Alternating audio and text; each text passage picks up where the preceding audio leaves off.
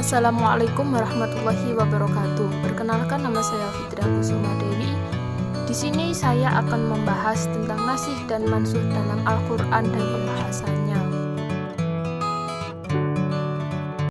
Yang pertama, pengertian nasih mansuh. Secara etimologi, nasih adalah isim fa'il memiliki arti yang menghapus, sedangkan mansuh adalah isim fa'il memiliki arti yang dihapus. Ada 4 makna nasih. Yang pertama, menghapus atau izalah. Yang kedua, mengganti atau tabdi.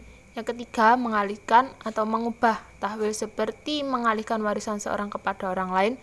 Yang keempat, memindahkan dari suatu ke tempat yang lain. Yang kedua, rukun dan syarat nasih. Berikut rukun-rukun nasih mansuh. Yang pertama, adat nasih adalah pernyataan yang menunjukkan adanya pembatalan hukum yang telah ada. Yang kedua, nasih yaitu dalil kemudian yang menghapus hukum yang telah ada. Pada hakikatnya, nasih itu berasal dari Allah karena dialah yang membuat hukum dan dia pula lah yang menghapusnya. Yang ketiga, mansuh, hukum yang dibatalkan, dihapuskan dan dipindahkan. Yang keempat, mansukah, yaitu orang yang memberi hukum. Adapun syarat-syarat nasih adalah: yang pertama, yang dibatalkan adalah hukum syara'. Yang kedua, pembatalan itu datangnya dari tuntutan syara'. Yang ketiga, pembatalan hukum tidak disebabkan oleh berakhirnya waktu pemberlakuan hukum.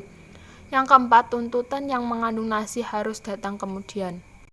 Yang ketiga, contoh ayat nasih mansuh. Bismillahirrahmanirrahim.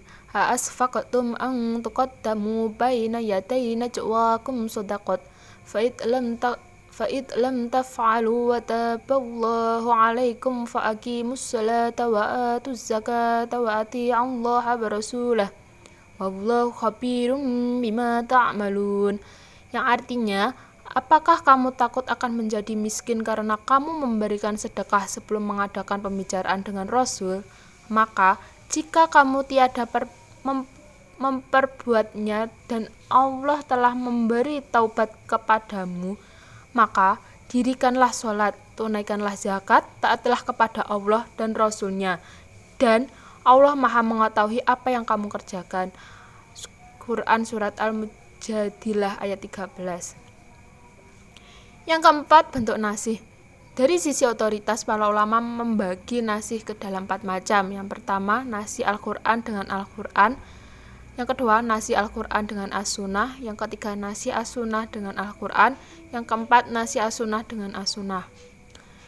Yang kelima, hikmah mempelajari nasih mansuh.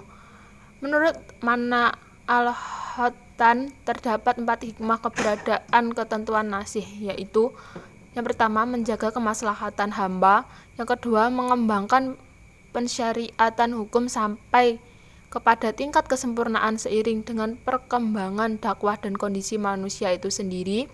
Yang ketiga, menguji kualitas keimanan mukallaf dengan cara adanya perintah yang kemudian dihapus. Yang keempat, merupakan kebaikan dan kemudian bagi umat, sebab apabila ketentuan nasih lebih berat daripada ketentuan mansuh, berarti mengandung konsekuensi pertambahan pahala. Sebaliknya, jika ketentuan dalam nasih lebih mudah daripada ketentuan mansuh, itu berarti kemudahan bagi umat. Sekian presentasi dari saya. Apabila ada kurang lebihnya, mohon maaf yang sebesar-besarnya. Wabillahi taufiq wal hidayah. Wassalamualaikum warahmatullahi wabarakatuh.